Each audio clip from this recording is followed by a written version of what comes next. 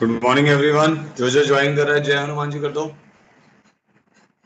हाँ, every 15 days पे test है बेटा आपका। इस सैटरडे भी टेस्ट है।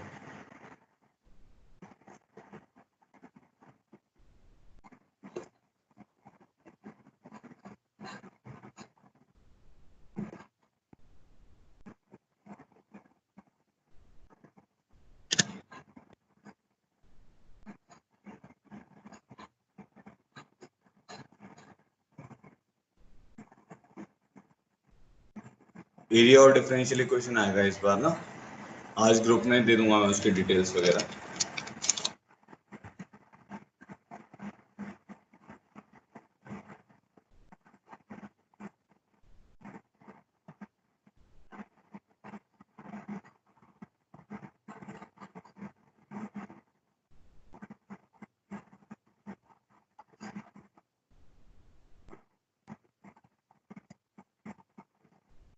एरिया और डिफरेंशियल इक्वेशन 2 चैप्टर आएंगे।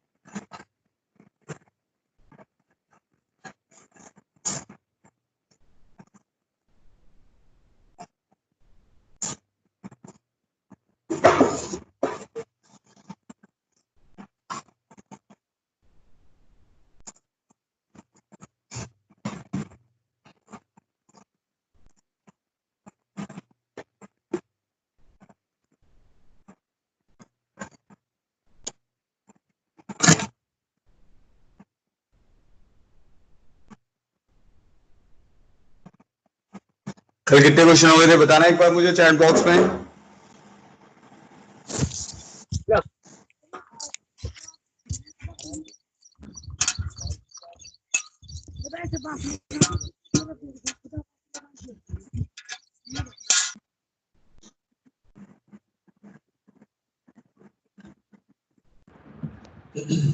Okay, 51।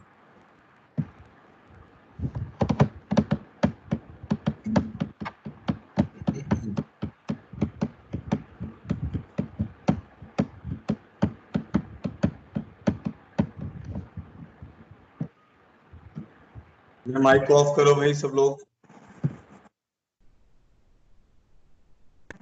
चलो स्टार्ट कर रहे हैं।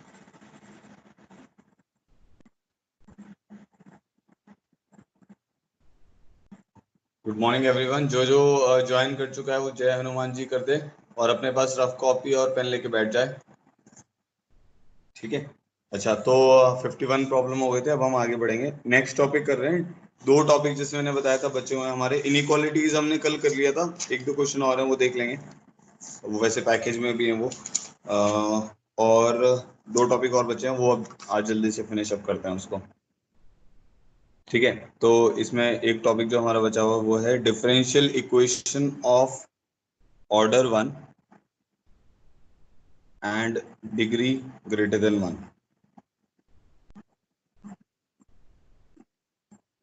ठीक है, ये नेक्स्ट टॉपिक है हमारा। ऐसी डिफरेंशियल इक्वेशंस को हमें सॉल्व करना है जिसमें dy बाई डी एक्स वाली टर्म्स आ रही हो बट डिग्री 1 से ज्यादा हो। तो उस टाइप की इक्वेशंस को कैसे सॉल्व करेंगे। इसमें क्लेरॉट्स इक्वेशन भी आएगा एक्चुअली में ना। इसी वाले पार्ट में मतलब इसी की जब इक्वेशंस को हम सॉल्व करेंगे डिफरेंशियल इक्वेशन को, उसमें क्लेरॉट्स इक्वेशन भी आएगा। हम यहाँ पे p is equal to d y by d x मानते हैं। तो जहां पे भी मैं p लिख रहा हूँ उसका मतलब है dy बाई डी एक्स। ठीक है। तो ये एज्यूम किया जाता है कि जो p है वो dy बाई डी एक्स के बराबर है। प्रॉब्लम में वो आपको लिख कर देगा कि p is equal to d y by d x. तो इसकी टाइप्स हैं। पहली टाइप है इसकी फैक्टराइजेबल इन p।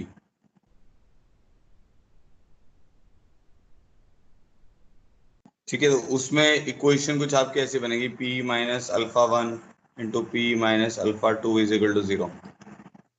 ठीक है, मान लो एक इक्वेशन है जो d y by d x, आपने जैसे वो नहीं हो गया कि d y by d x को टी मान लिया, वैसे हम d y by d x को पी मान रहे हैं यहाँ पे। तो आपके पास कुछ ऐसी इक्वेशन होगी जिसमें d y by d x की क्वाड्रेटिक होगी या क्यूबिक होगी और वो फैक्टराइज हो जाएगी। तो जैसे इसमें पी में फैक्टराइज हो गई, फिर कैसे इसके सोल्यूशन निकालेंगे, एक बार लिखेंगे p equal to alpha one, एक बार लिखेंगे p equal to alpha two, solve करेंगे, आंसर आ जाएगा। ठीक है, अभी क्वेश्चंस करेंगे, मैं आपको पहले टाइप्स बता रहा हूँ। सेकंड है इसमें सॉल्वेबल फॉर वाई। अच्छा, सॉल्वेबल फॉर y का मतलब होता है कि y as a function of x comma p दिया होगा। मतलब जो इक्वेशन होगी उसमें ऐसा हो जाएगा y in terms of x और p आ जाएगा, और इसके बाद हम क्या करेंगे, दोनों तरफ डिफरेंशिएट कर देंगे with respect to x, differentiate with respect to x। तो लेफ्ट हैंड साइड में आपके पास क्या बन जाएगा, d y by d x बन जाएगा, यहाँ पे जो भी टर्म आएगी, और d y by d x हम p लिख देंगे। तो इसके बाद क्या होगा, जो आपकी दोनों मतलब जो इक्वेशन होगी ना डिफरेंशियल इक्वेशन, वो x और p में आ जाएगी। जब y x और p है ना, तो हम इसको ऐसा मान लेते हैं कि हमारे पास तीन वेरिएबल हो गए, एक y हो गया, एक x हो गया, p हो गया, एक और वेरिएबल है जो कि x और y पर डिपेंडेंट है।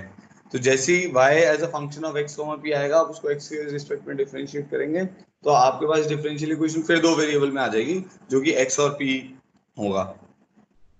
ठीक है, तो इसके बाद हम डायरेक्ट ये लिख लेते हैं कि भाई x और p वाली फॉर्मेट में आ जाएगी हमारी इक्वेशन ना, जो हमारी डिफरेंशियल इक्वेशन होगी वो x और p में आ जाएगी। कैसे आएगी, कैसे सॉल्व करना है, वो भी हम देखेंगे प्रॉब्लम्स है। नेक्स्ट है हमारे पास solvable for x। Solvable for x में क्या होता है, x as a function of y comma p होता है। x as a function of y comma p होता है। इसमें हम क्या करते हैं, differentiate with respect to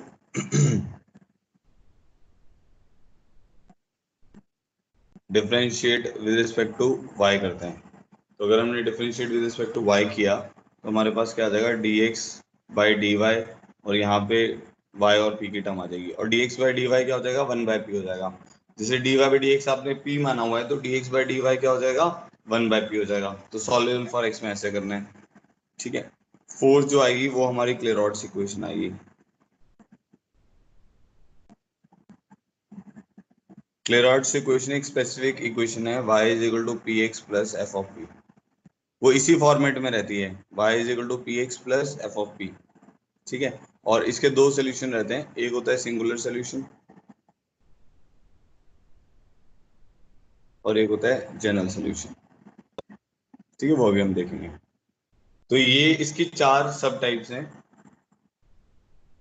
differential equation of order one degree greater than one के लिए चार टाइप्स हैं, एक है फैक्टराइजेबल इन पी, एक है सॉल्वेबल फॉर वाई, एक है सॉल्वेबल फॉर एक्स, और एक है क्लेरॉट्स इक्वेशन। अब देखते हैं इनको ना एक एक करके, ज्यादा मुश्किल नहीं है, बस आपको ये अगर पता है ना, आप अपने आप ही क्वेश्चन सॉल्व कर पाओगे इसके। ठीक है, तो 52 प्रॉब्लम है मेरे पास। एक्स पी स्केयर, जैसे क्वेश्चन आपको ऐसे इस फॉर्मेट में दिया जाएगा, x times of d y by d x का whole square plus y minus x d y by d x, ठीक है, minus y is equal to zero. अब इसमें देख के ही समझ आ गया ना, ऑर्डर वन है और डिग्री क्या है, ग्रेटर देन वन है, तो देखने में ही समझ आ रहा है कि भाई ये हमारी लास्ट टाइप वाली फॉर्म है। तो हम क्या करेंगे, let d y by d x is equal to p. तो d y by d x हमने पी मान लिया, तो ये टर्म मेरी क्या बन जाएगी, x p square y minus x times of p minus y is equal to zero. ठीक है, तो अब ये क्या बन जाएगा मेरे पास, एक्स पी स्केयर प्लस, अब इसको ऐसे लिख सकते हैं, x p square minus P x plus y times of p minus one is equal to zero. ठीक है, तो यहाँ से अगर आप देखोगे, यहाँ से एक्स पी कॉमन आ जा रहा है, यहाँ से एक्स पी कॉमन आएगा, और यहाँ पे प्लस वाई आ जाएगा, और यहाँ पे बचेगा p minus one is equal to zero. तो अब दो रिलेशन आ गए हमारे पास, हम वही जैसे फैक्टराइजेबल इन पी में यही तो था कि जैसे p minus alpha one p minus alpha two आ गया, तो यहाँ पर भी ऐसा ही हो गया ना, एक्स पी प्लस वाई आ गया और एक पी माइनस वन आ गया। तो यहाँ से क्या आएगा हमारे पास, x p plus y is equal to zero आएगा, और क्या आएगा, p is equal to one आएगा। समझ पा रहे हो ये तो, एक तो x p plus y is equal to zero आ जाएगा और पी इक्वल टू वन आ जाएगा। तो पी इक्वल टू वन को अगर हम सॉल्व करेंगे, तो d y by d x is equal to one है। ठीक है, तो वाई किसके बराबर आ जाएगा, एक्स प्लस सी आ जाएगा। तो एक तो रिजल्ट इसका ही आ रहा है y is equal to x plus c. इसको सॉल्व करेंगे तो हमारे पास क्या आ जाएगा, p is equal to minus y by x, मतलब d y by d x is equal to minus y by x. ठीक है, तो ये बन जाएगा l n y is equal to minus l n x plus c. तो हमें लिखना पड़ेगा वाई एक्स हो जाएगा ना ऐड होके, x y is equal to से सम कांस्टेंट सी, या इधर के कर देते हैं। ठीक है, तो x y is equal to c आ जाएगा। तो एक रिजल्ट हमारे पास ये आ गया। तो जो फाइनल रिजल्ट होगा इस इक्वेशन का, क्योंकि इसमें दोनों टर्म जो थी वो मल्टीप्लाई हो रही थी, तो हम क्या करते हैं लास्ट में इन दोनों का क्लब कर देते हैं, क्योंकि हमें दोनों फैमिलीज इसको सेटिस्फाई करेंगी। तो हम इसका फाइनल रिजल्ट लिख देते हैं x y minus c into x minus y plus c is equal to zero. आप इसमें ना C1 C2 नहीं लिख सकते, क्योंकि क्या है ना कि इसका ऑर्डर 1 है।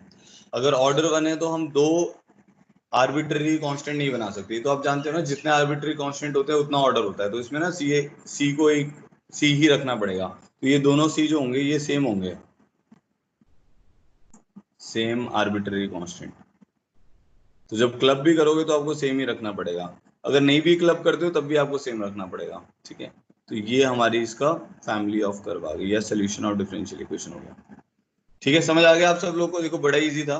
हमने क्या किया, d y by d x को पी मान लिया, क्वाड्रेटिक बन गई, पी में फैक्टराइज हो गया, अलग अलग रिजल्ट निकाल लिया। बस ये ध्यान रखना था क्योंकि इस इक्वेशन का ऑर्डर 1 है, तो इसमें कांस्टेंट ज्यादा नहीं हो सकते, तो इसीलिए आपको कांस्टेंट को एक ही बनाना पड़ा। बस ये ध्यान रखना है।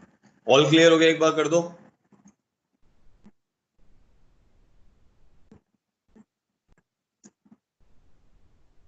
सबको समझ आ गया? ऑल क्लियर कर दो, नहीं तो इमोजी बना दो जल्दी से।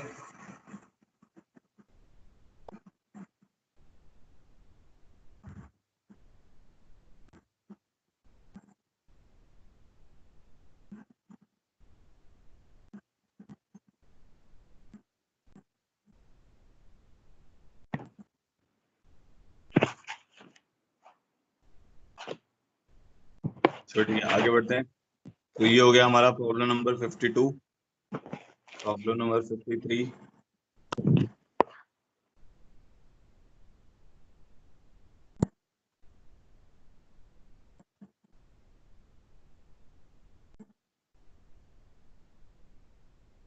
P square x square, p square x square plus x y p minus 6y square is equal to zero, where p is equal to d y by d x. चलो इसको करते हैं। क्या लिखा हुआ है, p square x square plus x y p minus 6y square is equal to zero. ठीक है, अब इसमें क्या होगा, जैसे पी एक्स है, आपको समझ आ ही रहा है कि यहाँ पे पी एक्स वाली टर्म है, यहाँ पे वाई वाली टर्म है, और बीच में पी एक्स वाई वाली टर्म है, तो ये फैक्टराइज हो जाएगा। ठीक है, और माइनस 6 आ रहा है, तो इसको मैं ऐसे लिख सकता हूँ p square x square, splitting the middle term कर रहा हूँ, 3pxy minus 2pxy minus 6y square is equal to zero. हो गया, अब खत्म। ये क्या बन जाएगा, p x into p x plus 3y minus 2y into p x plus 3y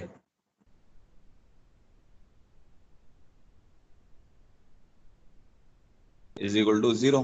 ठीक है, तो क्या आ जाएगा, p x minus 2y into p x plus 3y is equal to zero. ठीक है, तो क्या होगा, either p x is equal to p x minus 2y is equal to zero, और p x plus 3y is equal to zero. तो क्या करेंगे, d y by d x is equal to 2y/x आ जाएगा यहाँ पे d y by d x is equal to minus 3y/x आ जाएगा। तो यहाँ पे बन जाएगा l n y is equal to 2 ln x plus c. यहाँ पे आ जाएगा l n y is equal to minus 3 ln x plus c. ठीक है, तो यहाँ पे हमें लिखना पड़ेगा, ये जाके अगर हम एल एन वाली फॉर्म में लिख देते हैं, इसको सी को ऐसा करते हैं एल एन के लिख देते हैं।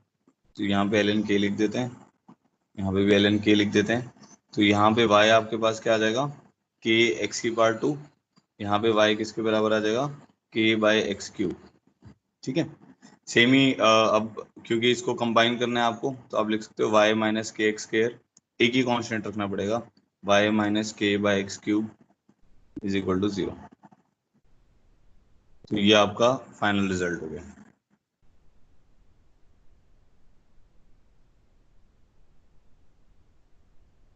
देखो भाई, समझ आ गया सब लोग को, कोई दिक्कत तो नहीं किसी को भी? तो ये क्वेश्चन हो गया हमारा प्रॉब्लम 53। इजी सा था, मतलब कुछ ज्यादा था नहीं, इसमें फैक्टराइज हुआ, फिर d y by d x equal to 2y/x आ गया, d y by d x equal to -3y/x आ गया, इंटीग्रेट किया और सॉल्व हो गया। ठीक है, आगे बढ़ते हैं। प्रॉब्लम 54।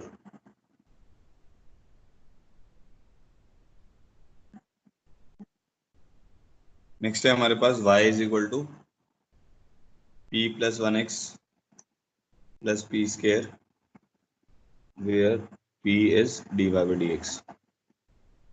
ठीक है, तो अब ये कौन सा वाला फॉर्मेट बन रहा है? y as a function of x, p बन रहा है। ठीक है, दिखने में समझ आ रहा है? ये दूसरा वाला टाइप हो गया अपना, जो हमने सॉल्वेबल बोला, सॉल्वेबल फॉर y बोला था इसको। इसको हमने बोला था सॉल्वेबल फॉर y, इसका नाम दिया हुआ है ऐसे ही। मतलब y as a function of x, p होगा तो उसको हम क्या बोलेंगे? Solvable for y। ठीक है जी, देखते हैं हम क्या करना है इसमें। सबसे पहला स्टेप था d y by d x करो, ताकि आपकी इक्वेशन, अभी हम p को एक अलग वेरिएबल मान रहे हैं because p is d y by d x, तो हमारे पास तीन वेरिएबल है। अगर हम इसको डिफरेंशिएट कर देते हैं विद रिस्पेक्ट टू x, तो हमारे पास दो वेरिएबल आ जाएंगे। तो मेरे पास आएगा d y by d x is equal to p+1, ठीक है, प्लस प्रोडक्ट रूल लगेगा ना, दो फंक्शन है p+1 x, तो p+1 टाइम्स ऑफ x का derivative 1, x into d p by d x plus 2p d p by d x. समझ आया? डिफरेंशिएट किया दोनों तरफ, d y by d x is equal to p+1 into 1 plus x d p by d x, क्योंकि 1 का derivative 0 होता है, 2p d p by d x. अब d y by d x आपका किसके बराबर है? p के बराबर है, तो p is equal to p+1 plus x d p by d x plus 2p d p by d x, 2p d p by d x, ये term आ गई। अब ये वाले p से वाला p कैंसिल हो गया because d y by d x आपका p के बराबर है। ठीक है, तो अब ये आपके पास एक डिफरेंशियल इक्वेशन बन गई। ठीक है, 1 plus x d p by d x plus 2p d p by d x. अब इसको हमें सॉल्व करना है। अब देख रहे हो, जब मैंने आपको मैं बता भी रहा था तो मैंने आपको ये बताया था कि जो आपकी डिफरेंशियल इक्वेशन होगी, जब आप y को इसको डिफरेंशिएट करोगे, इसमें तीन वेरिएबल है, जैसे आप डिफरेंशिएट कर दोगे विद रिस्पेक्ट टू x, हो गया, दो वेरिएबल बच जाएंगे। अब ये इक्वेशन हमारी x और p में बन गई है। अब इसको सॉल्व कर लेते हैं, तो ये हमारे पास बन जाएगा x plus 2p times of d p by d x is equal to -1। ये कट गया, जीरो हो गया, 1 उधर जाके -1 हो जाएगा, तो इसको हम ऐसे लिख सकते हैं d x by d p is equal to, ये नेगेटिव उधर भेजेंगे, -x माइनस 2p, तो ये एल डी बन रही है देखो, क्योंकि D p by d x में तो x प्लस 2p डिनोमिनेटर में आ रहा था, इसलिए मैं इसको न्यूमरेटर में रखा और dx बाई डी पी बना दिया। अब ये बन रहा है dx by d p plus x is equal to -2p। समझ आ रहा है? तो ये वैसा हो गया ना, dx by d y plus p x is equal to q, where p and q are constant और फंक्शन ऑफ y। तो y यहाँ पे अगर मतलब उससे कंपेयर ही कर रहे हैं हम बेसिकली, तो हमारा एल डी इन एक्स बन रहा है ये, तो इंटीग्रेशन फैक्टर इसमें आ जाएगा e की पावर इंटीग्रल 1 डी पी, तो e की पावर p आ गया, तो इसका रिजल्ट हो जाएगा x इंटू ई की power p is equal to, x into e की power p is equal to -2 times of p e p d p. ठीक है, तो हमारा फाइनल रिजल्ट आ जाएगा x ई की power p is equal to -2 times of, इसका आ जाता है p-1 into e p plus some constant c। ठीक है, तो अब x is equal to -2 into p-1 plus c e की पावर -p। अच्छा, अब आप बोलोगे सर इसमें तो देखो, अब क्या ये इसका फाइनल रिजल्ट नहीं है? ये इसका फाइनल रिजल्ट क्यों नहीं है? क्योंकि इसमें क्या आ रहा है? p आ रहा है ना, तो p तो आपका क्या है? D y by d x है, तो मतलब अभी तो ये खुद एक डिफरेंशियल इक्वेशन है, और इसमें एक कांस्टेंट ऑलरेडी आ चुका है, c तो आ ही चुका है। अब ऐसा हम नहीं कर सकते कि इसको एक बार और इंटीग्रेट कर लें, तो अब कैसे करते हैं हम इसको सॉल्व? तो हमारी पेरेंट इक्वेशन थी वो क्या थी, वो लिखो पहले। हमारी पेरेंट इक्वेशन थी y is equal to p+1x plus p square, ये हमारी पेरेंट इक्वेशन है। अब होता क्या है, इस टाइप के प्रॉब्लम में जनरली वो आपसे जो क्वेश्चन पूछेगा ना, वो इसी स्टेटमेंट के ऊपर पूछेगा, मतलब वो फाइनल रिजल्ट निकालने को नहीं बोलेगा, क्योंकि अभी ये क्वेश्चन पूरा सॉल्व नहीं हुआ है। तो इसको पूरा सॉल्व करने के लिए बुक्स में ऐसा लिखा जाता है कि अब जैसे ये क्वेश्चन भी पी में आ गई, ये क्वेश्चन भी पी में आ गई, आपके पास ऑलरेडी एक मतलब अब हमारे लिए कंस्ट्रेंट क्या है कि हमारे पास ऑलरेडी एक कांस्टेंट आ चुका है, आर्बिट्ररी कांस्टेंट। अब मैं इसको एक बार और इंटीग्रेट नहीं कर सकता क्योंकि इसी क्वेश्चन का जो ऑर्डर था वो एक ही था। तो जब ऑर्डर वन है तो आर्बिट्ररी कांस्टेंट कितने आएंगे, वन ही आएंगे, है ना। तो अब क्या करते हैं हम, इसका जो फाइनल रिजल्ट निकलता है वो फाइनल रिजल्ट कैसे निकलता है, इन दोनों इक्वेशन में से हमें पी को एलिमिनेट करना पड़ता है। Eliminate p to get final, जो फाइनल नहीं लिखते हैं, to get family of curve, to get family of curve.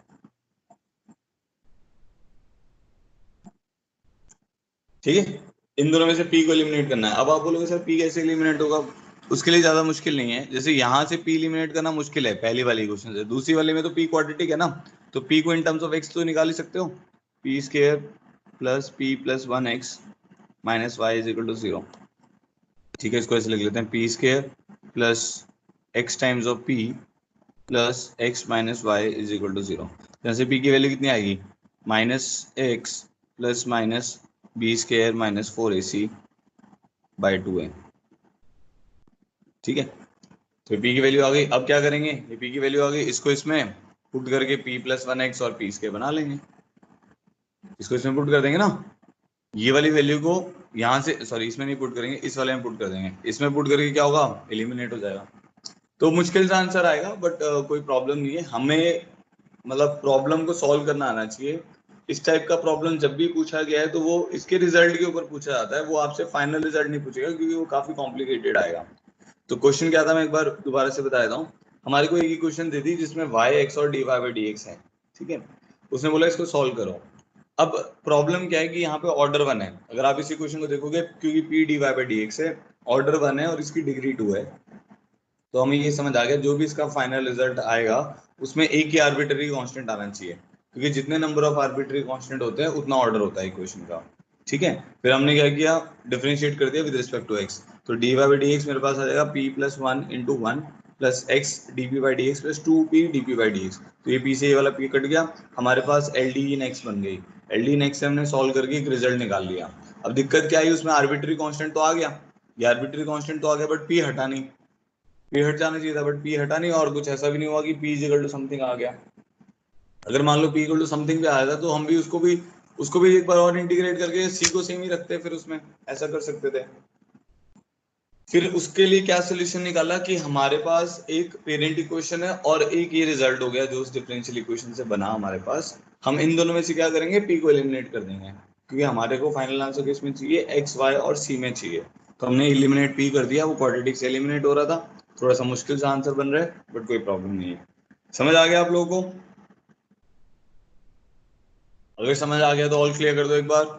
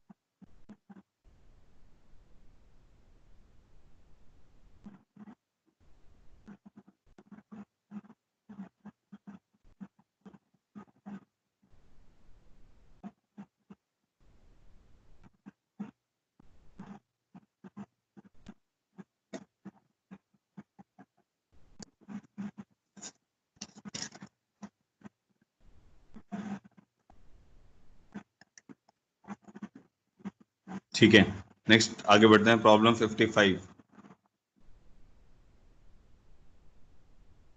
अच्छा, प्रॉब्लम 55 में क्या है, y is equal to two p x minus p square. इसको एक बार ट्राई करो खुद से, ये भी सॉल्वेबल फॉर y है। ठीक है, डिफरेंशिएट करना है और सॉल्व करो, फिर जो भी रिजल्ट आएगा वो p में आ जाएगा। उसमें बस हम ये लिख देंगे कि मतलब eliminate p from the parent equation and जो फाइनल सोल्यूशन है उसमें से। ठीक है,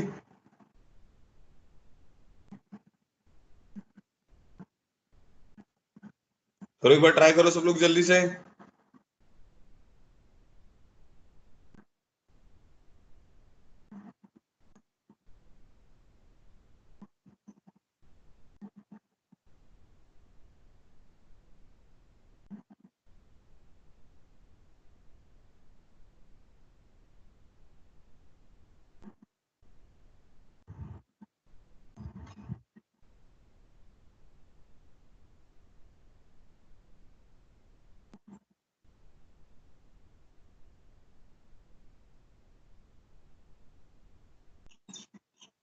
डिफरेंशिएट करो विद रिस्पेक्ट टू एक्स, देखो क्या बन रहा है।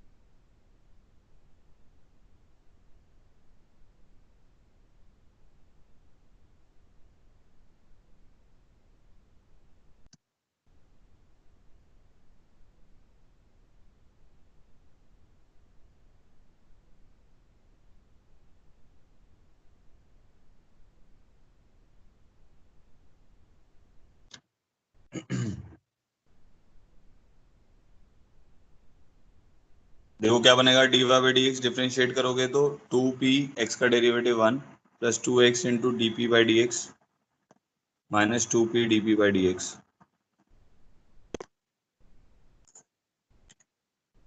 ठीक है, ये वाली टर्म बन जाएगी हमारे पास। अब क्या होगा, d y by d x p के बराबर है, तो हमारे पास टर्म बन जाएगी 2 times of x minus p d p by d x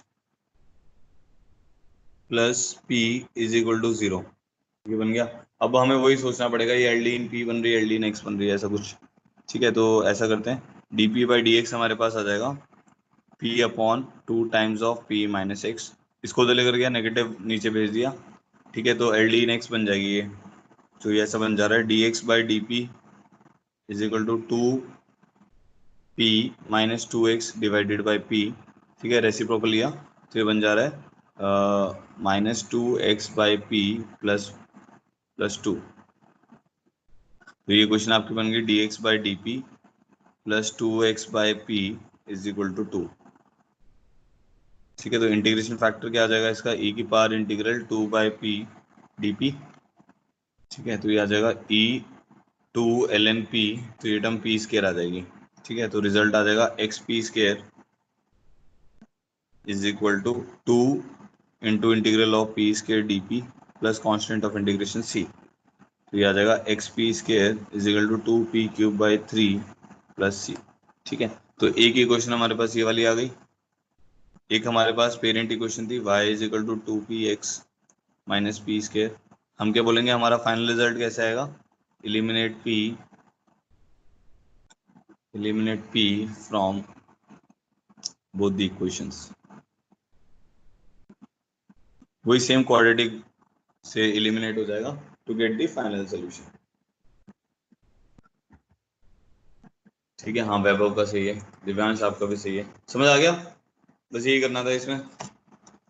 आगे बढ़ते हैं, नेक्स्ट आते हैं।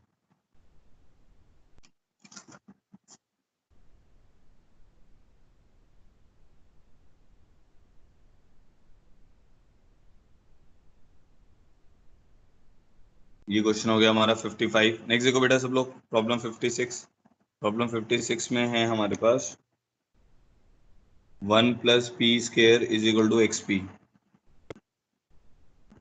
1 plus p square is equal to x times of p, ये टर्म है हमारे पास।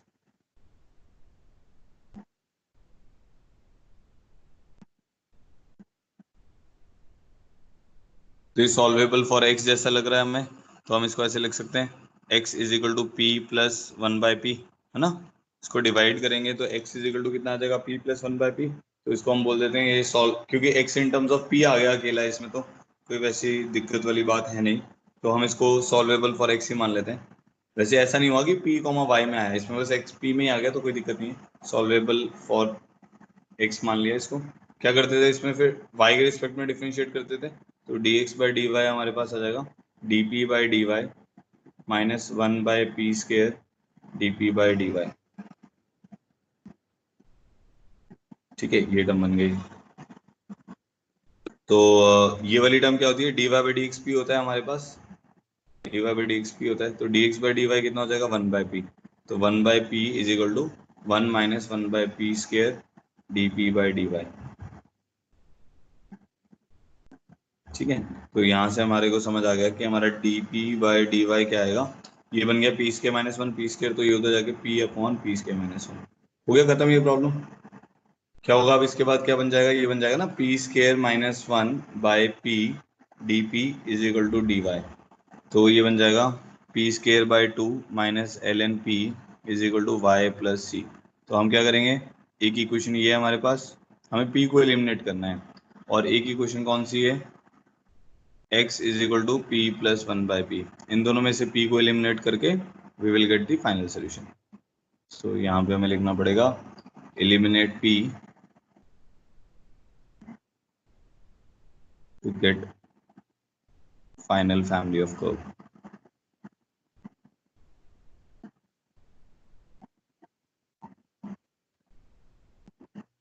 ठीक है, ये भी समझ आ गया होगा आप लोग को, इजी था ये भी।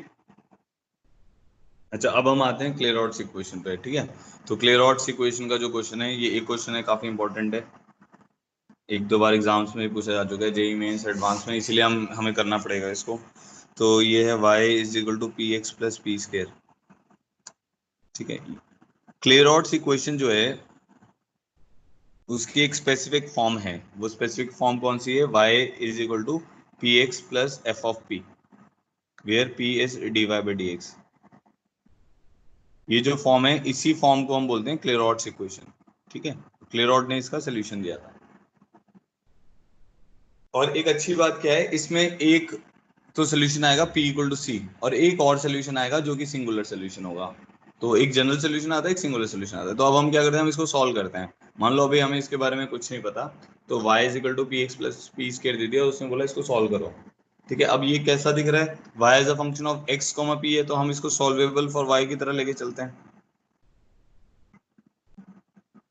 तो मैंने अब डिफरेंशिएट किया दोनों side with respect to x, तो dy बाई डी एक्स कितना आ जाएगा, p plus x d p by d x plus 2p dp by d x. ठीक है, तो dy बाई डी एक्स हमारे पास क्या होता है, p के बराबर होता है, तो p इज इक्वल टू हमारे पास आ जाएगा p is equal to p plus x plus 2p dp by d x. तो ये p से p कैंसिल हो गया, तो हमारे पास क्या रिजल्ट आ गया, x plus 2p dp by d x is equal to 0। तो अगर आप ध्यान से देखो, यहाँ पे दो टर्म जीरो हो जाएंगे, या तो x प्लस 2p जीरो होगा, या dp by d x zero होगा। ठीक है, तो क्या वैल्यू आ जाएगी, अब जब x प्लस 2p जीरो होगा, यहां से आपके पास क्या वैल्यू आ जाएगी, p is equal to minus x by to.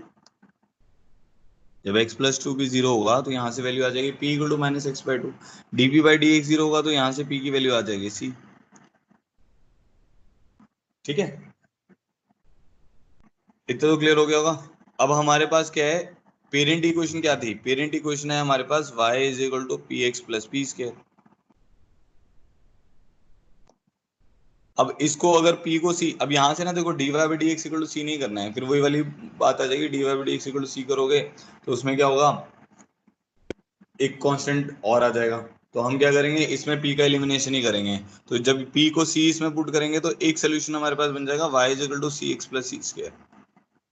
Constant of integration एक ही रहा, मतलब आर्बिट्री कांस्टेंट एक ही रहा इसमें, है ना, आर्बिट्री कांस्टेंट एक ही रहा, तो वही हम चाहते थे क्योंकि हमारा ऑर्डर एक ही है। तो y is equal to c x plus c square, इसको हम बोलते हैं जनरल सोल्यूशन। और अगर आप p को माइनस एक्स बाई टू इस इक्वेशन में डालोगे, तो आपके पास आ जाएगा y is equal to minus x square by two plus x square by four. तो इक्वेशन बन जाएगी y is equal to minus x square by four. अब क्योंकि एक पर्टिकुलर सोल्यूशन बन रहा है, देख रहे हो, ये 4y plus x square is equal to zero बन जा रहा है, इसमें कोई भी कांस्टेंट ऑफ इंटीग्रेशन नहीं आ रहा, तो इस पर्टिकुलर सोल्यूशन को हम बोल देते हैं सिंगुलर सोल्यूशन। ठीक है, पर्टिकुलर सोल्यूशन कहने का मतलब है एक ही करवाई ना इसमें, 4y is equal to minus x के, तो इसीलिए इसको सिंगुलर सोल्यूशन बोला जाता है। तो अब हमारे पास दो टाइप के सोल्यूशन आए, एक आया जनरल सोल्यूशन और एक आया सिंगुलर सोल्यूशन। अब करना कैसे, एक बार दोबारा देखो। आपके पास एक स्पेसिफिक फॉर्मेट होगा, y is equal to p x plus p square, y is equal to p x plus p cube हो सकता है, y is equal to p x plus f of p हो सकता है, मतलब ऐसा हो सकता है ना, y is equal to p x plus sine of x हो गया, साइन ऑफ पी हो गया, y is equal to p x plus f of p चाहिए, फंक्शन ऑफ पी चाहिए मतलब, ठीक है, तो y is equal to p x plus sine p हो गया, y is equal to p x plus l n p हो गया, तो कैसी भी टाइप की क्वेश्चन आ सकती है, जनरली आपको y is equal to p x plus polynomial देगा। तो यहाँ पे भी ऐसे था, y is equal to p x plus p square था, हमने डिफरेंशिएट किया तो क्या बना, d y by d x is equal to p plus x d p by d x plus two p d p by d x, p से p cancel हो गया, एक इक्वेशन आई x plus two p d p by d x equal to zero. अब या तो x equal to यहाँ से x plus two p zero होगा या d p by d x zero होगा, तो p इक्वल टू सी हो गया। अब p इक्वल टू सी है तो हमने एलिमिनेशन कर दिया, तो हमारे पास पेरेंट इक्वेशन थी y equal to p x plus p square, p की वैल्यू यहाँ पे c डालेंगे तो एक कर्व आ गया y equal to c x plus c square.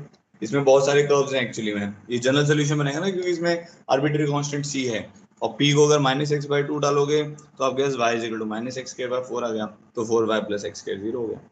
तो जो इसमें क्योंकि कोई भी आर्बिट्री कांस्टेंट नहीं है तो एक सिंगल कर्व है, इसीलिए इसको सिंगुलर सॉल्यूशन बोला जाता है। और ये इसमें क्योंकि सी आ रहा है, बहुत सारे कर्व हैं, इसीलिए इसको जनरल सॉल्यूशन बोला जाता है।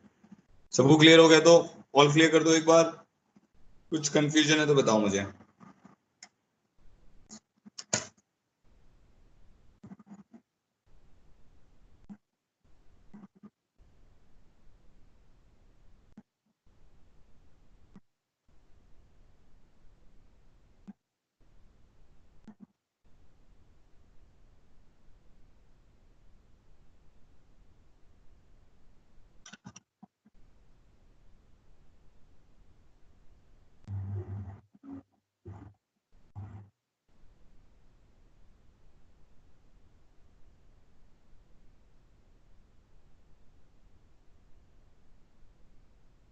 ये भी क्लियर आउट इक्वेशन है, इसको भी एक बार सॉल्व कर लो, आपको समझ आ जाएगा क्या करना है।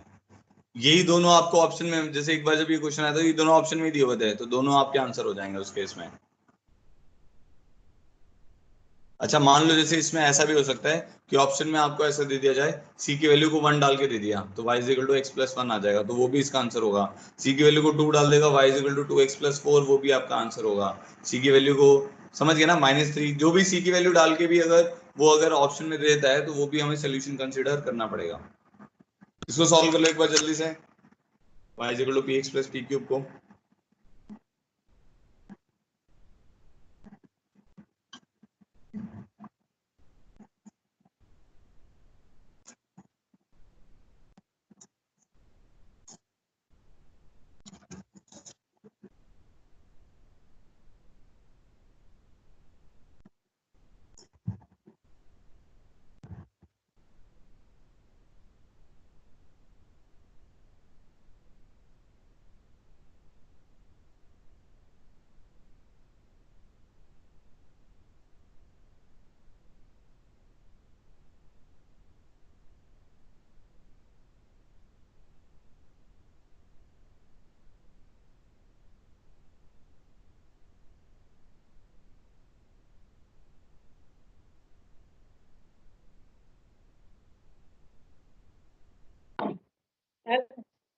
सूर्या सूर्या सूर्या सूर्या सूर्या सूर्या सूर्या सूर्या।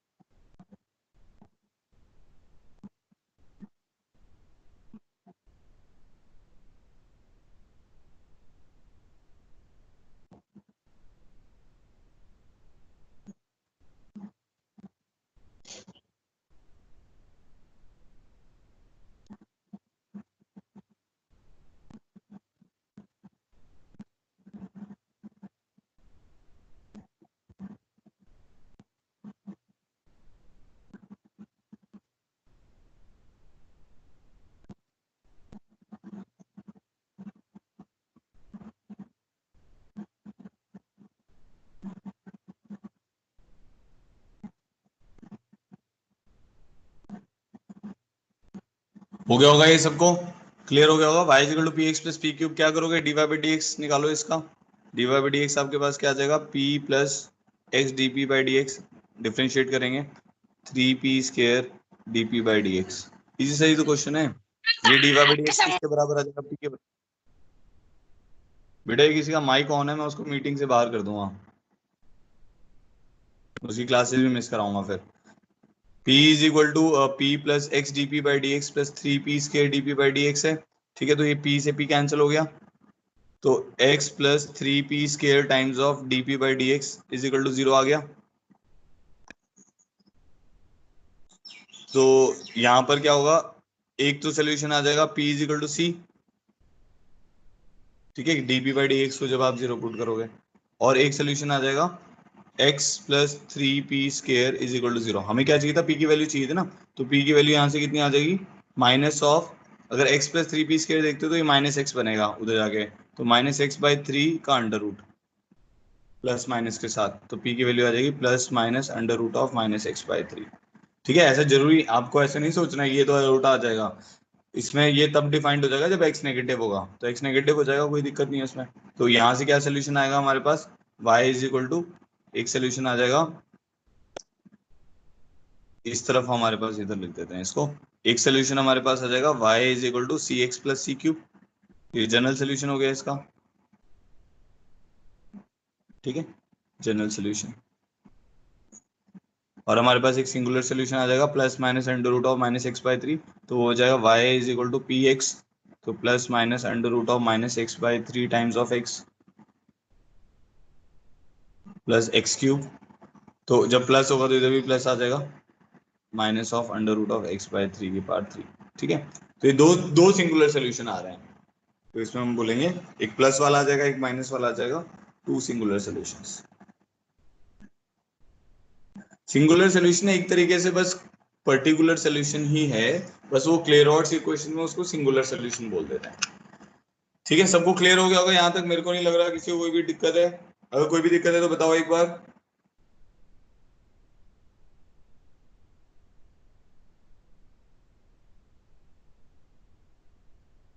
ऑल क्लियर करो एक बार सब लोग जल्दी से।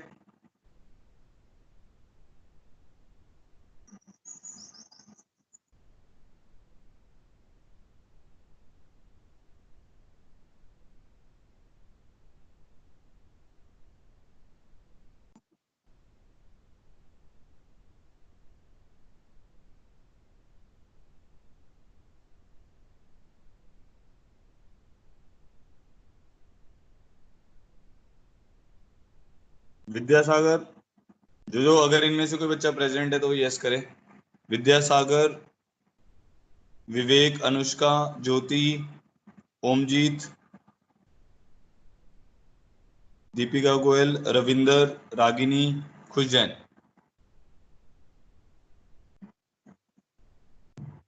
विद्यासागर, विवेक, अनुष्का, ज्योति, ओमजीत, रविंदर, रागिनी, खुश Jain.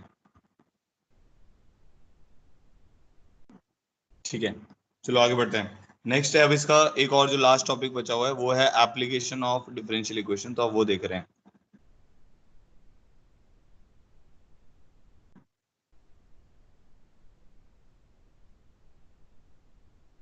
Application of differential equation, ठीक है। तो ये जो इसमें भी मैं क्वेश्चन बता रहा हूँ वो सब ऑलरेडी आ चुके हैं एग्जाम्स में, तो क्वेश्चन की स्टेटमेंट थोड़ी लेंथी सी होती है, लिखना पड़ेगा, एक बार मैं लिख देता हूँ, ठीक है। तो ये हमारे हो गए थे प्रॉब्लम नंबर 58, प्रॉब्लम नंबर 59। समझना इसको ध्यान से, ठीक है, जो मैं बता रहा हूँ, क्योंकि अब मतलब डिफरेंशियल इक्वेशन की इतनी ज्यादा एप्लीकेशन आप सोच नहीं सकते, मतलब जैसे आपने रेट वाले प्रॉब्लम्स भी देखे थे, तो ऐसे बहुत सारे प्रॉब्लम है रियल लाइफ में जिन जो डिफरेंशियल इक्वेशन पर डिपेंड करते हैं, ठीक है। तो उनमें से कुछ एप्लीकेशंस अभी आपको बताई जा रही हैं, बाकी मतलब केमिकल इंजीनियरिंग में, मैकेनिकल इंजीनियरिंग में, इलेक्ट्रिकल इंजीनियरिंग में बहुत सारी ऐसी प्रॉब्लम्स हैं जो फाइनली जाके एक डिफरेंशियल इक्वेशन पे कन्वर्ट हो जाती हैं, क्योंकि आप मतलब कैलकुलस यूज करते हो तो अगर कोई प्रॉब्लम है वो जैसे उसमें ऐसा कुछ बन जाएगा dy by d t plus p y is equal to कुछ और एक फंक्शन बन गया। तो ऐसे ऐसी जरूरी नहीं है आपसे सारी डिफरेंशियल इक्वेशन सॉल्व हो। अभी तो आपको बेसिक बताया जा रहा है डिफरेंशियल इक्वेशंस का, तब आप इंजीनियरिंग में जाओगे तो और इससे मुश्किल डिफरेंशियल इक्वेशंस भी सॉल्व करोगे। ठीक है, तो अब जो आपने पढ़ लिया है उससे रिलेटेड जो भी एप्लीकेशंस हैं उनके कुछ, उनमें से कुछ मैं आपको यहाँ पे प्रॉब्लम के थ्रू सॉल्व करके दिखाऊंगा। तो अब प्रॉब्लम है एक, जैसे समझना इस प्रॉब्लम को। इसने लिखा हुआ है a tank contains 20 kg of salt dissolved in 5000 liter of water। तो क्या है, हमारे पास 20 किलो सॉल्ट है जो कि 5000 लीटर में वाटर में डिसॉल्व कर दिया। तो जो सॉल्ट है वो आपका सॉल्यूट हो गया एक तरीके से, ठीक है, और जो वाटर है वो आपका सॉल्वेंट हो गया, और इन दोनों को मिला के आपके पास एक मिक्सचर बन जाएगा। इतना समझ आता होगा कि 20 केजी सॉल्ट है, उसको वाटर में आपने मिक्स कर दिया। तो ऐसे वाटर सोल्यूशन को हम ब्राइन भी बोलते हैं, अगर आपको याद हो।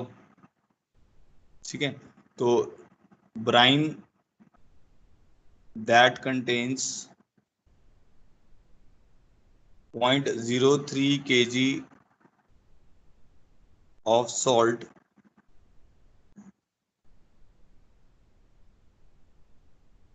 per liter of water enters the tank at a rate of 25 litre per minute. अच्छा, अब इस स्टेटमेंट का क्या मतलब हो गया? अब आपके पास 20 केजी डिजोल्व है सॉल्ट 5000 लीटर में। अब उसने क्या किया, उसमें और पानी डालना स्टार्ट किया, ब्राइन डालना स्टार्ट किया।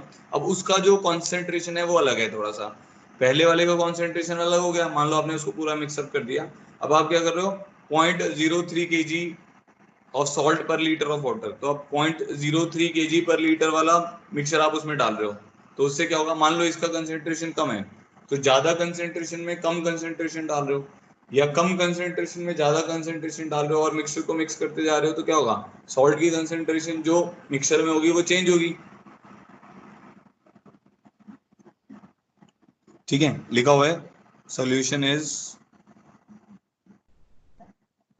Mixed thoroughly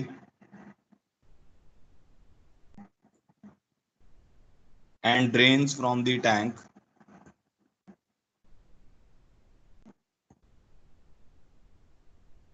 at the same rate।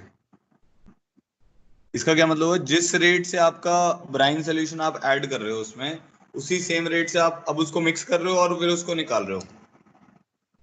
अब वो क्या कह रहा है, क्या निकालना है हमें, how much salt remains in the tank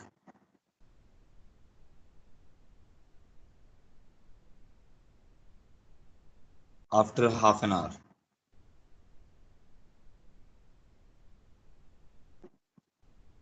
ठीक है, अच्छा थोड़ा बहुत तो प्रॉब्लम आपको समझ आ गया होगा, बाकी मैं बताता हूँ इसका। अब डायग्राम बनाता हूँ तो आपको समझ आएगा, फिर सारी चीजें यहीं पे लिख देते हैं। मान लेते हैं एक टैंक है हमारे पास, ठीक है, और यहाँ पे उसका आउट, तो यहाँ पे कुछ इनलेट है, पाइप है जहां से पानी आ रहा है, जो ब्राइन सोल्यूशन है वो आ रहा है, ठीक है, और यहाँ पे वो सोल्यूशन पड़ा हुआ है जिसको हम मिक्सअप कर रहे हैं थॉरली। ठीक है जी,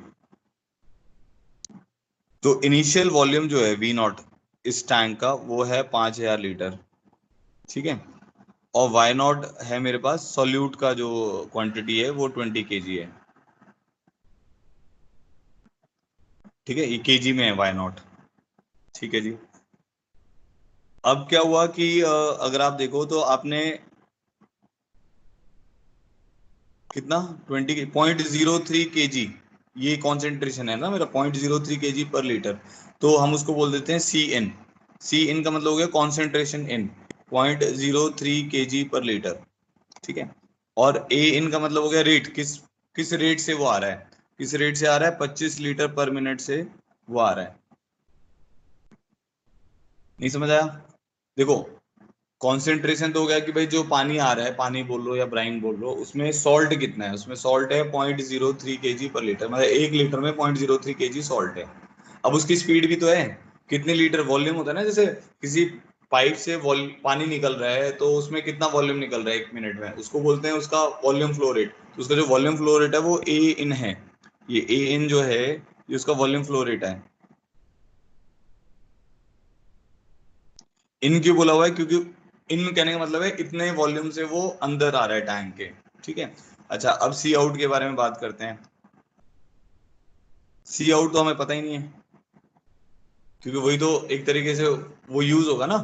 हमें क्या चाहिए, किस कॉन्सेंट्रेशन से बाहर चाहिए, बाहर जा रहा है, वो हमें पता ही नहीं है अभी तो, कि भाई सी आउट क्या होगा। देखेंगे वो टाइम टी पर होगा ना, क्योंकि आप क्या करोगे, मिक्स करते रहोगे।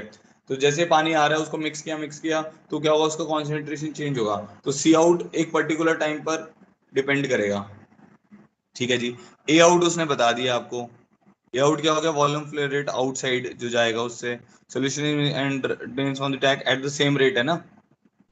ठीक है, तो एट द सेम रेट है, इसका मतलब ए आउट भी कितना हो गया हमारा, 25 लीटर पर मिनट हो गया।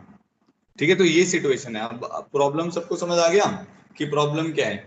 एक टैंक है, उसमें पानी पड़ा हुआ है, उसमें 20 केजी आपने सॉल्ट मिला दिया तो उसकी कुछ कॉन्सेंट्रेशन आ गई। ठीक है। फिर आपने क्या किया, एक अलग कॉन्सेंट्रेशन वाला पानी उसमें डाला जिसमें सॉल्ट है, और उसको मिक्स करते रहे तो वो कॉन्सेंट्रेशन चेंज होगी। ठीक है, और वो फिर ड्रेन भी कर रहे हैं उसको। तो अब वो पूछ रहा है कि आफ्टर हाफ एन आवर कितना सॉल्ट इसमें बचेगा। ठीक है जी, अब देखते हैं हम। तो अब सॉल्ट जो है वो केजी में आएगा, केजी में आएगा या ग्राम्स में आएगा। ठीक है। तो मैंने ये ऐसा लिखा, d y by d t जो है, d y by d t units का इसमें बहुत ध्यान रखना है। बहुत सारे प्रॉब्लम है यूनिट से भी कर लेते हैं हम। अब जो d y by d t है वो क्या है, केजी पर मिनट है हमारे पास। क्योंकि आपको याद होगा वाई मैंने क्या माना था, इनिशियल सॉल्यूट का अमाउंट। तो उसका जो सॉल्यूट है वो 20 किलो है, तो वो इनिशियल सॉल्यूट का अमाउंट जो था वो वो मैंने वाई नॉट माना था। तो d y by d t क्या हो गया, केजी पर मिनट में आएगा। तो ये किसके बराबर होगा, इसका मतलब हो गया change in weight of the solute. ठीक है, वो किसके बराबर होगा, वो आपके पास आएगा c in a in minus c out a out. ये समझ आएगा कैसे लिखा हुआ है। देखो सी इन इंटू ए इन करोगे तो क्या आ जाएगा, केजी पर मिनट। तो इतना केजी पर मिनट ऑफ सॉल्ट अंदर आ रहा है। सी आउट ए आउट क्या आ जाएगा, केजी पर मिनट कितना टैंक के बाहर जा रहा है। तो d y by d t हमारा किसके बराबर आ गया, c in a in minus c out a out. ठीक है, अब सी इन ए इन तो हमें पता है, सी आउट का हमें अब थोड़ा सोचना पड़ेगा कि भाई सी आउट क्या होगा। अब सी आउट की यूनिट क्या है, सी आउट की यूनिट है केजी पर लीटर। तो अब इससे हम सोचेंगे कि भाई सी आउट किसके बराबर होगा। ठीक है, तो सी आउट क्या हो रहा है, मतलब एक पर्टिकुलर टाइम पे कंसेंट्रेशन जो टैंक के बाहर जा रही है, तो उसमें हमें केजी बनाना पड़ेगा। तो वाई एट टाइम टी, मतलब solute at time t divided by volume at time t. समझ आ रहा है, वो यूनिट से पता चल रहा है मुझे, केजी पर लीटर बनाना है तो मतलब वाई एट टाइम टी, मतलब जो सॉल्ट होगा at particular time t divided by volume at particular time T. ठीक है जी। अच्छा, अब वाई टी क्या होगा, वाई टी हमें पता नहीं है, क्योंकि एक टाइम टी पे जो वेट है सॉल्यूट का वो हमें पता नहीं ना, वो तो चेंज हो रहा है। हाँ, but v at time t पता है। वी एट टाइम टी कैसे पता है, एक तो इनिशियल वॉल्यूम था वी नॉट। ठीक है, तो आपने एक वॉल्यूम अंदर भेज दिया ए इन टाइम्स ऑफ टी, माइनस आपने ए आउट टाइम्स ऑफ टी बाहर भेज दिया। तो ये आपका वी एट टाइम टी हो गया। नहीं समझ आया। तो वॉल्यूम कितना रहेगा, 5000 तो पहले था, फिर इसके यूनिट कितने हैं, 25 लीटर पर मिनट। तो टाइम टी मान लो आपका, अभी टाइम टी, आप टाइम टी पे देख रहे हो, टाइम टी पे कितना वॉल्यूम अंदर आ गया, 25 टी अंदर आ गया, और बाहर भी कितना चला गया, 25 टी बाहर चला गया। क्योंकि रेट सेम है ना, क्योंकि रेट सेम है इसीलिए उसका वॉल्यूम चेंज नहीं हो रहा है। बट मान लो यहाँ पे 20 लीटर पर मिनट होता तो यहाँ पे ये टर्म फाइनाइट आ जाती, फिर ये वाली टर्म उस केस में फाइनाइट आ जाती। मतलब अगर 20 लीटर पर मिनट होता तो आपके पास क्या आ जाता, 25 टी माइनस 20 टी, तो 5 टी आ जाती। इस पर्टिकुलर केस में वो क्या रहेगी, y divided by v naught रहेगी, क्योंकि ए इन और ए आउट बराबर है। तो वाई डिवाइडेड बाय 5000 लीटर रहेगा ये। ठीक है, इतना क्लियर हो गया। चलो अब इसी क्वेश्चन को लिख लेते हैं। तो हमारे पास क्या आएगा, d y by d t, जो कि केजी पर मिनट में है हमारे पास। सी एन हमारे पास कितना था, सी एन था 0.03 केजी पर लीटर, ठीक है, ये था शायद 0.03, हाँ, into 25 litre per minute, into 25 litre per minute. तो ये हमारे पास आ गया c in a in minus c out हमने लिख लिया है, वाई डिवाइडेड बाय 5000, ठीक है, ये सी आउट हो गया, इंटू ए आउट, सी आउट इंटू ए आउट, ये सी आउट समझ आ गया, इंटू ए आउट क्या आएगा हमारे पास, 25 लीटर पर मिनट ही आएगा, ठीक है। तो ये हमारी इक्वेशन बन गई। तो क्या इक्वेशन बन गई, देखो आप सिंप्लीफाई करके, d y by d t is equal to, ये बन जा रहा है 3/4 बन जाएगा ना, क्योंकि इसको मैं लिख सकता हूँ 3/100, तो 25 4 से इसको कैंसिल करेगा, तो ये टर्म बन जाएगी 3/4 माइनस वाई डिवाइडेड बाई 200। तो ये हमारी इक्वेशन बन गई।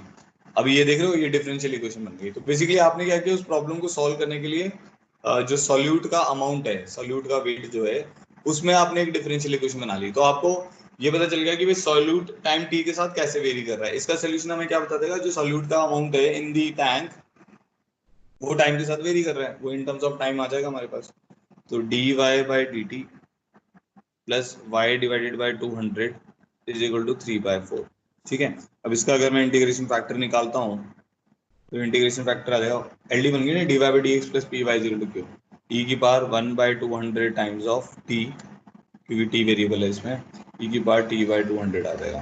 तो इसका रिजल्ट आ जाएगा वाई इंटू ई की power t by 200 is equal to 3/4 integral of e की पावर 2/200 डी टी, ठीक है। तो क्या रिजल्ट आ गया हमारे पास, y e t divided by 200 is equal to 3/4 e की power t by 200 divided by 1/200 plus c. तो फाइनली बन जा रहा है y e t divided by 200 is equal to 200 ऊपर जाएगा 50 150 e t by 200 plus c, ठीक है। और थोड़ा सिंप्लीफाई करके हम इसको लिख सकते हैं, y is equal to 150 plus c e की पावर माइनस टी बाई 200,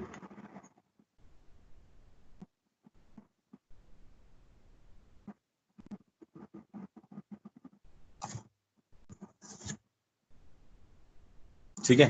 तो अब हमें ये पता है एट टी, सी निकालने के लिए क्या पता है, at t equal to 0 y naught is 20 kg, तो उसका यूज कर लेते हैं, ठीक है। तो क्या आ जाएगा, 20 is equal to 150 plus c, तो सी की वैल्यू कितनी आ जाएगी, -130।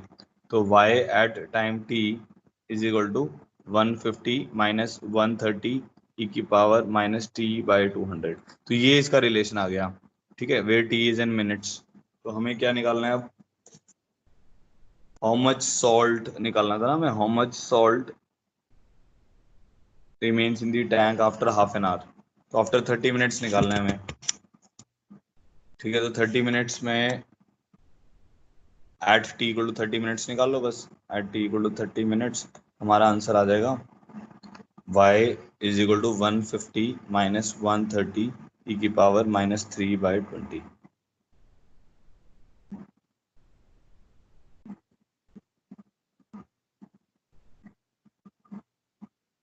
ठीक है। ये इसका आंसर हो गया। इसको कैलकुलेट करके अब केजी में आंसर आ जाएगा, ये केजी में आएगा answer after half an hour ही निकाल लेना, हाँ 30 मिनट्स, ठीक है। समझ आ गया होगा आप सब लोगों को। ऑल क्लियर करो एक बार, कोई कंफ्यूजन है तो बताओ, आंसर मैं चेक कर लेता हूँ इसका।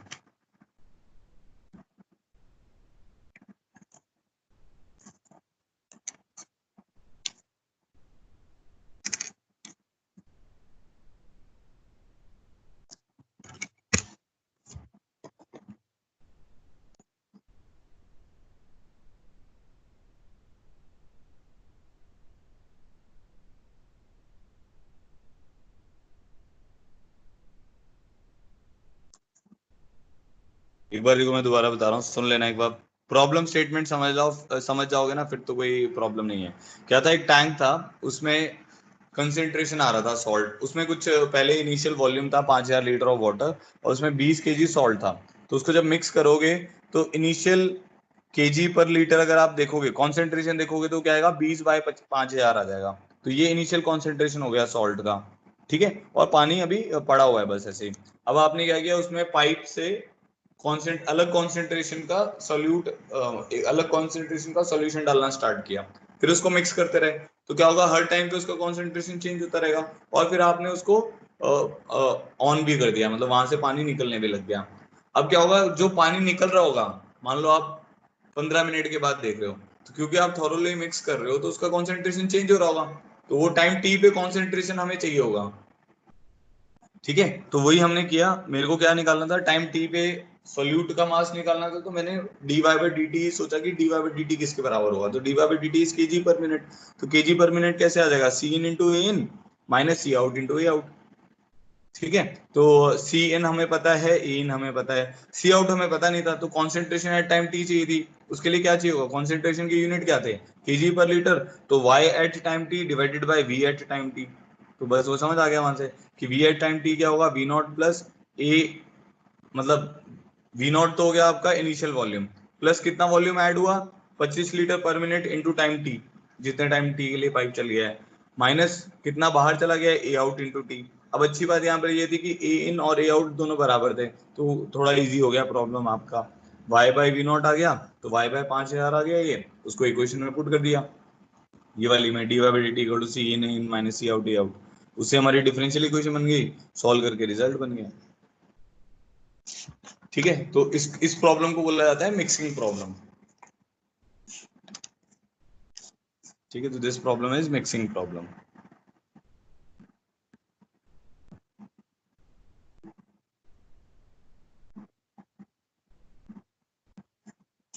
ठीक है जी, एक और क्वेश्चन करते हैं।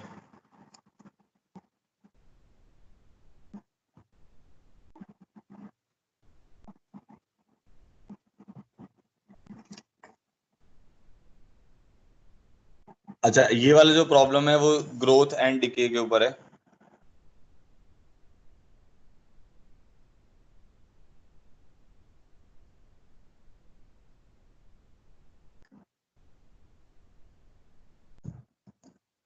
ठीक है, क्या लिखा हुआ एक बार मैं लिख देता हूँ प्रॉब्लम को।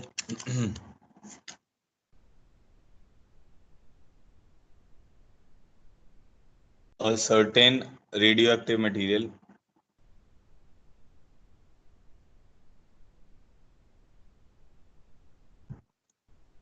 is known to decay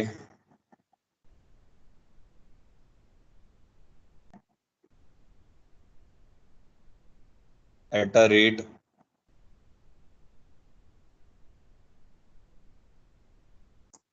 proportional to the amount present.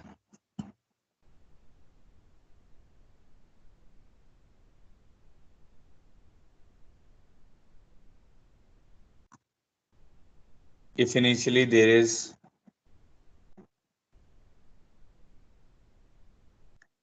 initially there is 50 kg of the material present,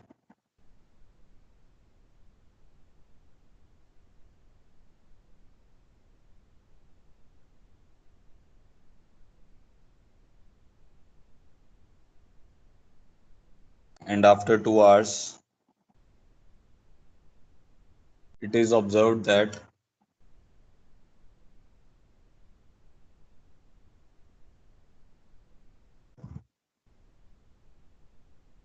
the material has lost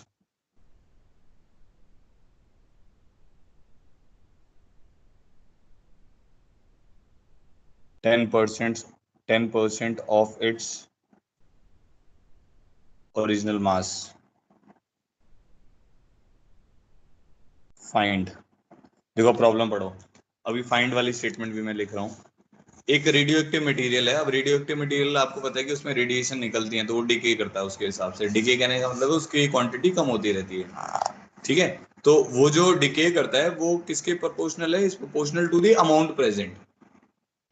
तो जो भी उसका अमाउंट होगा मटेरियल का, से मान लेते हैं कुछ किसी क्वांटिटी से उसको डिनोट करेंगे, वाई से या एन से या किसी से भी, तो वो उसके प्रोपोर्शनल होगा, ठीक है। तो 50 केजी मटेरियल प्रेजेंट है और after 2 hours it is observe that material has lost 10% of its original mass. तो उसने अपना 10% कितने घंटे में रिड्यूस कर लिया? 2 hours में उसने रिड्यूस कर लिया है। तो आपके पास एक इससे डिफरेंशियल इक्वेशन बन जाएगी, बस उसका फिर आपको रिजल्ट पता चल जाएगा। अब हमें क्या निकालना है? ए पार्ट में वो कह रहा है find N expression for mass of the for mass of the material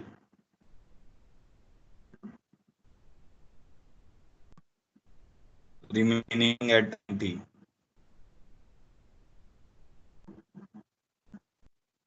ठीक है, एक एक्सप्रेशन निकालना है जिसमें हम मास ऑफ द मटेरियल निकालेंगे रिमेनिंग एट टाइम टी। ठीक है, तो टाइम टी में ये मतलब बेसिकली डिफरेंशियल इक्वेशन का रिजल्ट होगा। दूसरा हमें निकालना है the mass of the material after 4 hours,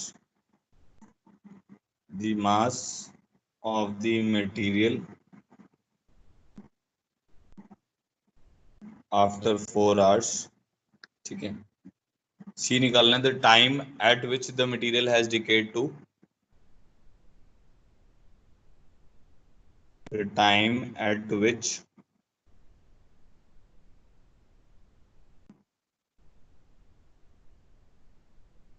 the material has decayed to 1/2 of its initial mass। ठीक है, प्रॉब्लम सिंपल सा है। तो मास जो है, मास को ही मान लेते हैं हम इक्वेशन में, है ना।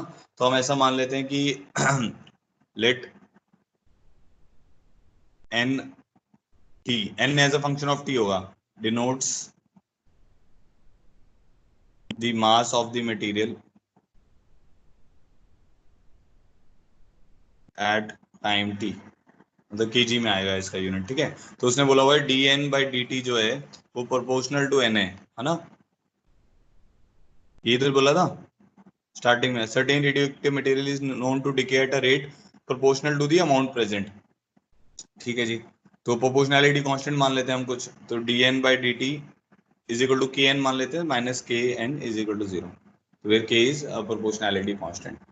ये इसकी वैल्यू निकल जाएगी। ठीक है, तो अब इसका रिजल्ट तो बड़ा इजी है। ये तो d n by d t अगर माइनस के एन है तो इसका इंटीग्रेशन फैक्टर आ जाएगा ई की power integral minus k d t, तो ये आ जाएगा ई की पावर माइनस के टी। तो इसका रिजल्ट क्या आ जाएगा? एन टाइम्स ऑफ ई की पावर माइनस के टी का derivative is equal to integral of 0 times of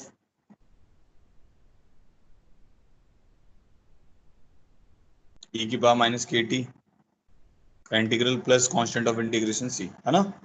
ऐसे ही करते थे, d times of direct result लगाते थे ना, तो डी लगाने की जरूरत नहीं है। y into integration factor is equal to q into integration factor plus constant of integration. तो आपके पास n कितना है? 0 का इंटीग्रल तो 0 हो जाएगा, n कितना आ जाएगा? c इंटू ई की पावर के टी। ठीक है, ये आपका n का एक रिलेशन हो गया। समझ आएगा ना कैसे? ये टर्म आपकी 0 हो गई, ये ई की पावर माइनस के टी हो जाएगी, ई की पावर के टी हो जाएगा। ठीक है जी, अब यहाँ पे c और k की वैल्यू चाहिए हमें, बस क्वेश्चन खत्म हो जाएगा। तो एट t इक्वल टू 0 हमें पता है क्या था इनिशियली, देयर इज कितना था t इक्वल टू 0 पे 50 kg है। ठीक है, at t equal to 0 n naught is equal to 50 kg, तो t इक्वल टू 0 पर n किसके बराबर आ जाएगा? 50 इज इक्वल टू c आ जाएगा, तो c की वैल्यू 50 आ गई। तो आपकी इक्वेशन क्या बन गई? n is equal to 50 e की पावर के टी। ठीक है, फिर नेक्स्ट इंफॉर्मेशन थी 2 hours के बाद उसने कुछ बताया था, आफ्टर 2 hours, तो के भी निकालना है हमें। After 2 hours it is observe that material has lost 10% of its original mass. ठीक है, तो at t is equal to half an hour, तो t is equal to 30 minutes. 2 hours था, हाफ एन आवर क्या था? 2 hours है sorry, तो फिर आवर्स में लेते हैं इसको। तो टी को हमने 2 मान लिया, तो t is equal to 2 hours। तो टी जब 2 hours है, ठीक है, तो आपका जो n होगा वो कितना हो जाएगा? 10% लॉस हुआ है ना, तो 50 माइनस 10% ऑफ 50, तो 45 बच जाएगा। तो आपकी क्वेश्चन क्या हो जाएगी? 45 is equal to 50 times of e की पावर 2k। देखो t की टेंशन लेने की जरूरत नहीं है, अगर आप t 120 मिनट्स लोगे तो आपका k उसकी k की यूनिट चेंज हो जाएंगे, वो पर मिनट में आ जाएगा। t को अगर 2 लोगे तो k इन टर्म्स ऑफ उसकी बाय आवर उसकी यूनिट आ जाएंगी। ठीक है, तो उसमें टेंशन लेने की हमें जरूरत नहीं है। तो हमारे पास k नेगेटिव आएगा, ऑब्वियसली वो देखने भी समझ आ रहा है। 45/50 हो गया ना ये, तो ये आ जाएगा 45/50 इज इक्वल टू e की पावर 2k। ठीक है, तो ये 9/10 हो रहा है। ठीक है, तो 2k हमारे पास आ जाएगा ln ऑफ 9/10, तो k आपके पास आ जाएगा half times of ln of 9/10। ये नेगेटिव क्वांटिटी है। ठीक है, तो हमारे पास जो n अब आ गया, n की वैल्यू कितनी आ गई एट टाइम t, अगर n की बात करें तो आ जाएगा 50 e की power minus of half of ln of 10/9 times of t। ठीक है, ये टर्म आ गई। अब हमें निकालना क्या था, ए पार्ट क्या था, एन एक्सप्रेशन फॉर मास। तो ए पार्ट में था an expression for the an expression for the mass of the material remaining at time t, तो वो तो यही हो गया। तो ये आपका एक तो आंसर आ गया, तो ये ए पार्ट का आंसर हो गया। बी पार्ट में क्या बोला था उसने, mass of the material hour after 4 hours, तो at t equal to 4 hours क्या हो जाएगा, एन किसके बराबर आ जाएगा 50 इंटू ई की पावर टी को 4 पुट कर देंगे तो -2 टाइम्स ऑफ ln ऑफ 10/9 आ जाएगा। इजी हो गया ये भी। ठीक है, तो ये बी पार्ट का आंसर हो गया, ये केजीज में आएगा। ठीक है, सी पे आते हैं। सी क्या था, the time which the material has decayed to 1/2 of its initial mass, तो n 25 हो गया ना, 1/2 of its initial mass मतलब 25 is equal to 50 times of e की power minus half of ln of 10/9 times of t। ठीक है, तो ये 1/2 आ जाएगा, इस तरफ 1/2 आ जाएगा कैंसिल करके। ठीक है, तो क्या आ जाएगा -ln2, लॉग ले लिया दोनों तरफ, तो -ln2 is equal to minus half of ln of 10/9 times of t। तो ये हो जाएगा 4 इज इक्वल टू, कैंसिल कर सकते हैं इसको, नहीं वो टी उसके लॉग के अंदर नहीं है, हाँ सॉरी सॉरी, टी लॉग के अंदर नहीं है, जो टी है ना ये लॉग के बाहर है, तो ये कैंसिल नहीं होगा। तो ये टर्म हमारी कुछ ऐसी बनेगी, -ln2 is equal to minus half of ln of 10/9 times of t. मेरे को लगा वो टी अंदर है तो वो मैं कैंसिल कर रहा था। तो ये हमारे पास वैल्यू आ जाएगी t is equal to 2ln2 divided by ln of 10/9। ठीक है, तो ये इसका आंसर हो गया, ये आवर्स में आएगा क्योंकि टी हम आवर्स में लेके चल रहे हैं। तो ये सी पार्ट का आंसर हो गया। समझ आ गया होगा सब लोग को। एक बार मैं दोबारा से रिपीट कर देता हूँ, डीके का प्रॉब्लम था तो उसमें था कि जो डीके है वो प्रोपोर्शनल टू एन है, तो हमने d n by d t is equal to minus k n मान लिया। उसको सॉल्व करके एल डी से सॉल्व करके n is equal to c e की बार के टी आ गया। टी इक्वल टू 0 पे एन की वैल्यू 50 थी, उससे सी आ गया, तो एन बन गया 50 की बार के टी। फिर एट टी इक्वल टू 2 उसने बोला था कि जो अमाउंट है वो 10% से कम हो गया तो 45 बचेगा, वहां से किया आ गया, बस फिर सारे ऑप्शंस आ गए हमारे। क्लियर हो गया सबको ये, देखो कोई कंफ्यूजन तो नहीं है।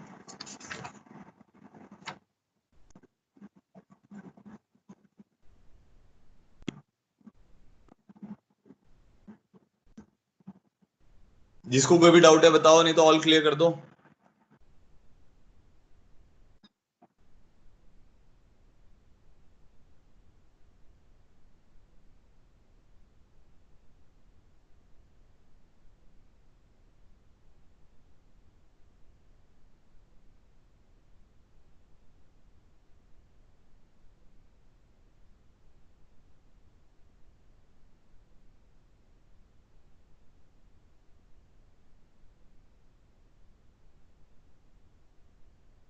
ठीक है, तो ये चैप्टर यहाँ पे एंड हो जाता है, डिफरेंशियल इक्वेशन एंड्स।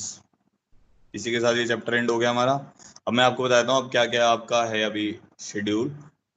आज हमारी एक्स्ट्रा क्लास नहीं है क्योंकि मेरी कुछ और मीटिंग है, तो आज नो एक्स्ट्रा क्लास।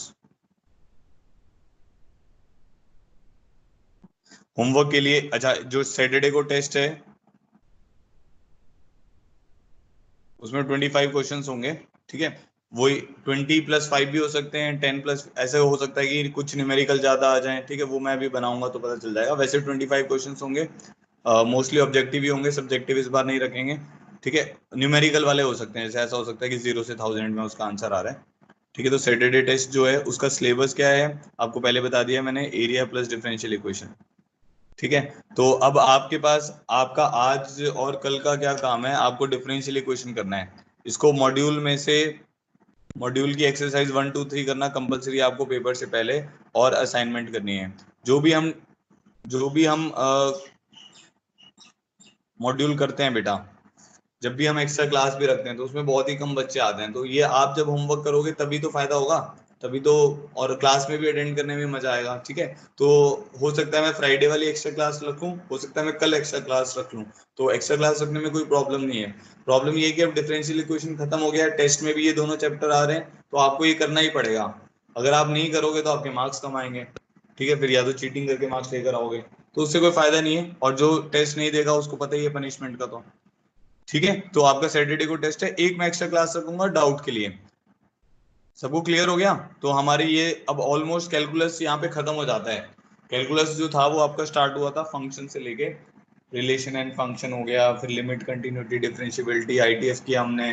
ठीक है, फिर डिफरेंशियबिलिटी के बाद एमओडी किया, फिर indefinite integration, definite integration, AOD किया, फिर एरिया किया, फिर ये डिफरेंशियल इक्वेशन किया। तो ये पूरा कैलकुलस का पार्ट है, और इसमें से मेजोरिटी ऑफ द पोर्शन आता है। कुछ न्यूज ये भी आ रही है कि सीबीएसई अपना सिलेबस कम कर रही है, 30% सिलेबस कम कर रही है, but most probably JEE Mains और जेई एडवांस ऐसा नहीं करते हैं। अगर वो करेंगे तो ठीक है, वेल एंड गुड, हम तो अपना कोर्स पूरा करेंगे, जो भी 12th का पूरा कोर्स है हम उसको पूरा ही करेंगे। ठीक है, आपको आगे भी चल के उसका फायदा होगा, ऐसा नहीं है कि हम उसको स्किप करेंगे। तो हम सही स्पीड पे चल रहे हैं, और स्पीड हमारी सही चल रही है, और हम इसको होपफुली अगस्त एंड तक खत्म करने की कोशिश करेंगे, हम सितंबर मिड तक। तो अब नेक्स्ट कल से मैं स्टार्ट कर दूंगा वेक्टर। तो कल जो मॉर्निंग वाली क्लास होगी उसमें हम वेक्टर स्टार्ट कर देंगे, क्योंकि इनिशियल 2 3 लेक्चर तो इसके बड़े इजी से हैं, तो आपके ऊपर ज्यादा लोड नहीं आएगा। बट आपको क्या करना है, वेक्टर क्लास में तो अटेंड करना है, नोट्स वोट्स बनानी है। वेक्टर 3D जेई मेंस के हिसाब से बहुत इंपॉर्टेंट है, हर साल 4 क्वेश्चन आ जाते हैं इस चैप्टर में से, वेक्टर 3D में से, टोटल मिला के। ठीक है, मतलब हर चीज इंपॉर्टेंट है, 12th का तो पूरा कोर्स वैसे इंपॉर्टेंट है। कैलकुलस भी आपने देखा कि मतलब बहुत, आप पैकेज में देखोगे तो आपको समझ आएगा कि बहुत सारे क्वेश्चन मेंस और एडवांस में आते हैं इसके। ठीक है, तो होमवर्क क्लियर है सबको? मॉड्यूल एक्सरसाइज 1 2 3 आपको करनी है डिफरेंशियल इक्वेशन की। एरिया की हम ऑलरेडी डिस्कस कर चुके हैं। स्टिल किसी को कोई भी प्रॉब्लम आता है तो मुझे व्हाट्सएप कर दे, या माइक्रोसॉफ्ट टीम पे भेज दे क्वेश्चन नंबर लिखकर, वो मैं फ्राइडे को या थर्सडे को कल या परसों एक्स्ट्रा क्लास लेके उसको भी हम वाइंड अप कर देंगे। ठीक है, तो आपका होमवर्क क्लियर है, टेस्ट का आपको क्लियर है, सैटरडे को आपका टेस्ट होगा आपकी क्लास वाले पीरियड में इसी टाइम पे, और हम कल से स्टार्ट कर रहे हैं वेक्टर। ठीक है, चलो, और कुछ भी प्रॉब्लम आएगी आप मेरे को टेक्स्ट कर सकते हो, कॉल कर सकते हो। Thank you so much for joining in, have a good day. जय हनुमान जी करके एग्जिट करो।